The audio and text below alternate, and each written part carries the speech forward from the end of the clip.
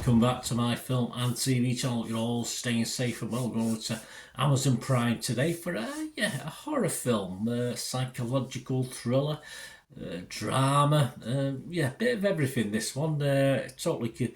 I don't know what to call it. In fairness, there's elements of horror, but I do differ to a lot of people on this one. But we'll talk about something called Raging Grace. Please, if you're new to the channel, push that subscribe button, push the bell notifications, everything film and TV. It'd be great to have you on board. Spread the word.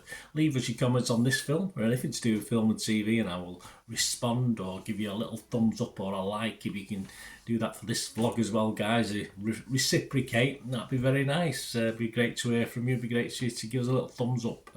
Hope we can do that. So there we go. What we're going to do today is disagree with everyone. That's what I'm going to try and do. Well, disagree with a lot of people, not everybody. But I am in the minority on this one, I think. It's 99 minutes long. This was directed and co-written by Paris Zarsilla. There you go, on Amazon Prime from 29th December 2023, which is when I'm doing this vlog. So I watched it as it came out. So there you go. It's now 4 p.m. UK time. So any comments, any scores, or is it that date? This stars. It's a British based. Stars Max Eigenmann, Jaden Page, Bodilla, Liam Best and David Heyman. What's it about? Well, it's an undocumented immigrant from the Philippines named Joy. Is struggling to make a living to support her daughter in the United Kingdom. One day, Joy finds a well-paying job as a caretaker for a rich old man afflicted by a terminal disease. Soon, Joy finds out that the old man hides many dark secrets that can ruin everything she worked hard for. Simple as that. Scores, yes, scores on the doors. As I said, a little bit higher than I'm going to give it. Rotten Tomatoes, 7.4 out of 10. That's not bad. 47 critics. There was 45 fresh and just 2 rotten. Who can complain? Dispensing social commentary shrouded in gothic dread, they said. Raging Grace smartly balances its messaging against vivid atmosphere and absorbing character-driven drama. There you go. Well, I saw that before I watched it. I sort of look forward to it. Metacritic, the other site we'll look at, just 9 critics on there, but it's still getting 70% positivity. It scored anywhere between as low as 40 and 100. And the other one we're going to look at is the audience. What about Joe Public? There you go. We don't always agree with the critics, but the audience sort of go almost as far as the critics with this one. The Rotten Tomatoes audience is 66% positive, scoring it 3.7 out of 5. And Internet Movie Database, over 1,300 scores and reviews, which is a fair quantity, and it's averaging 6.2 out of 10. So that's a score just over that watchable score I like to see at 6 out of 10. Right, this is my thoughts, and as I said, I am in the minority on this one. Please watch it, let me know what you think.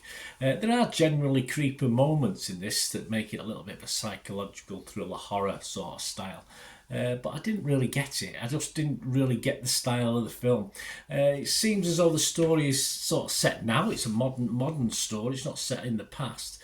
But it has a style of a film, a style of something, and the scenes, the sets, etc. Something from about 50 years ago for me, which 50 years ago, it probably would have been okay. But and it can work, of course it can work, but all by the end of it, although it did start well, all felt just a little bit daft to me, what they were trying to do on screen.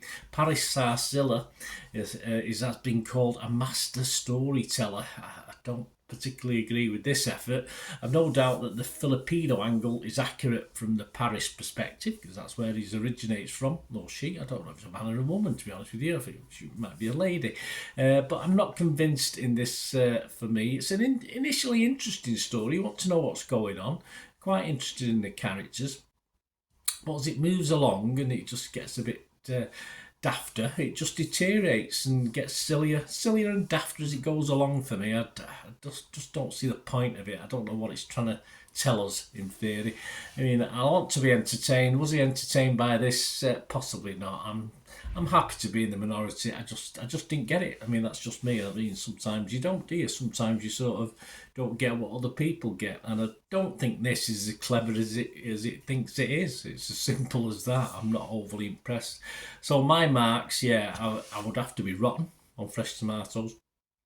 I'd have to be negative on Metacritic, and I'm not going to score it. I don't think it's worth a 5 out of 10, which is my minimum score. So if we give it any less than that, I don't score it. So I'm not going to score this. I just thought I was just disappointed. As I said, I read some good reviews on it before I watched it, which isn't always the best thing to do, but I don't think it made any difference to the film. I just thought it started okay and just got a bit daft and just a bit out of its time, this one, for me. I just don't think it worked, but of course, as I said, many people think it did. Let me know if you thought it worked. It'd be great to hear from you. Thanks for watching, guys. Until we meet again, last one thing, don't please stay safe, everyone. Bye for now.